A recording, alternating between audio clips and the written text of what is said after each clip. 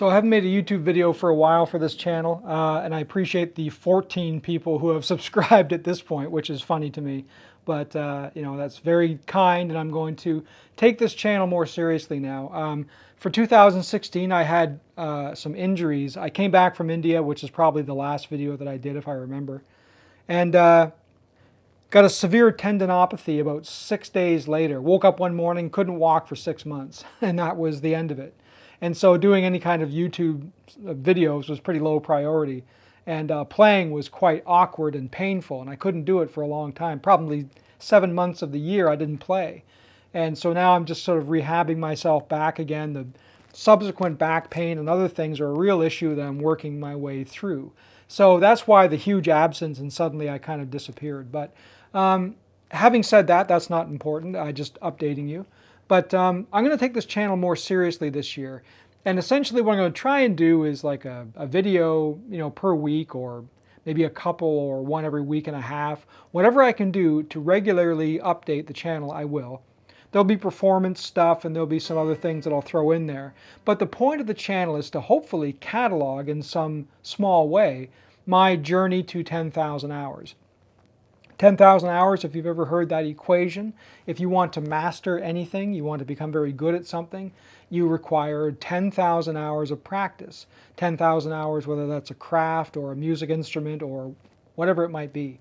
So I calculated out that's kind of 3 hours a day of practice over the course of 8 or 9 years. I've already put in significant practice. It's not like this is my first day on the instrument, so it might not take me 9 years, but you never know. I might have a whole year where I couldn't practice more than an hour a day. It's hard to know.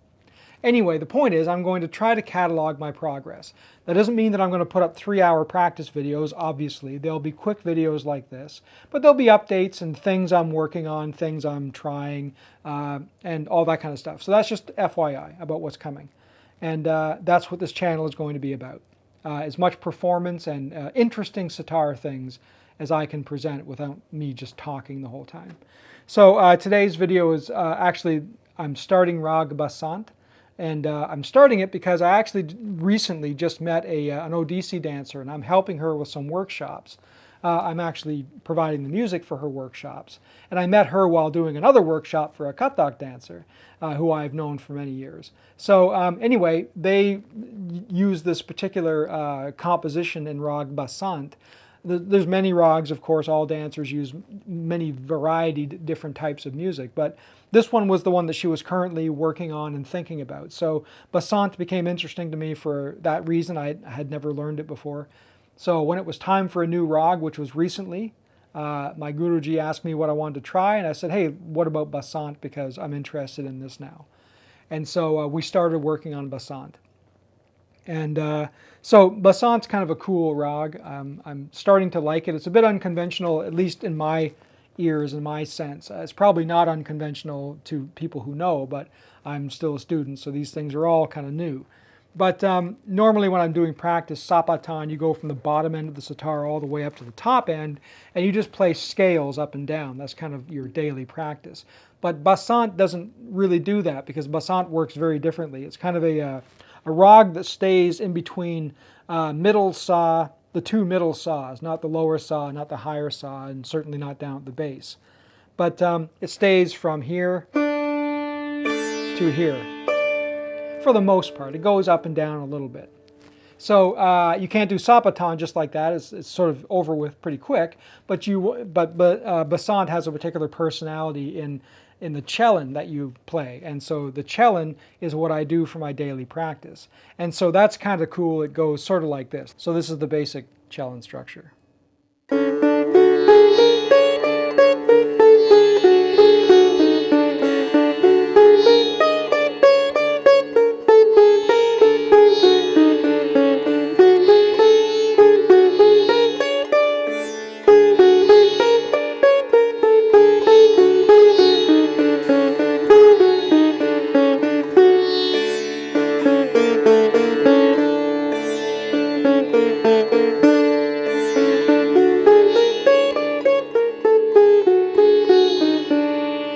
sort of continuously play it in that kind of stream of consciousness way, which is interesting.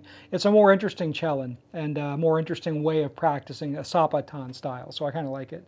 And so anyway, there's a very cool vilambit gat and some tons and alap and all those things, of course. But I've just started. I'm literally doing this video as I've just done my second or third lesson in Basant. And so we've just sort of gotten through this and talked about some improv, and we've done the alap and we've done the vilambit gat, but I haven't had a chance to practice it enough yet to really show you a good video of it.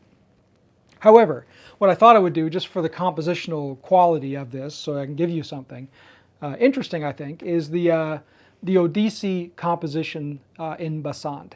In Hindustani music, we use tintal, the 16-beat cycle. Odissi dancers and the drum that they play, they do a slightly different type of 16-beat structure.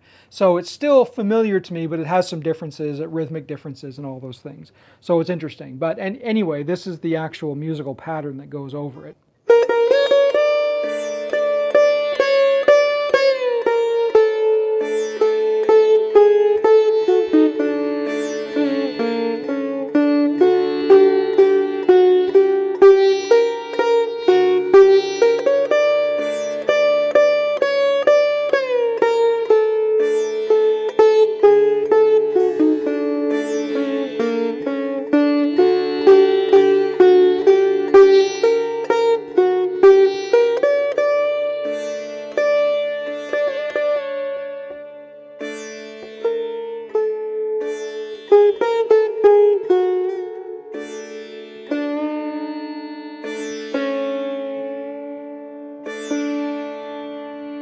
I screwed up a couple parts there, but you sort of get the idea. So that's the composition, which I really like. It's kind of cool. So I've been fooling around with that.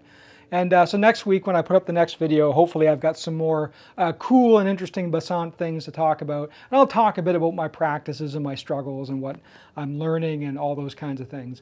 And you know, I can't teach, but maybe I can demonstrate some basics if anyone is watching this. It's sort of like, hey, how do you play a sitar? But they don't want to go to the lengths of learning, they're just interested. I'll try to demonstrate some of the basics, but I'm not a teacher, so you know, for now that's probably not you know, too wise. But anyway, that's a little bit of Raag Basant, and so I'm just going to go ahead and get back to my chelin practice, and see you in the next video.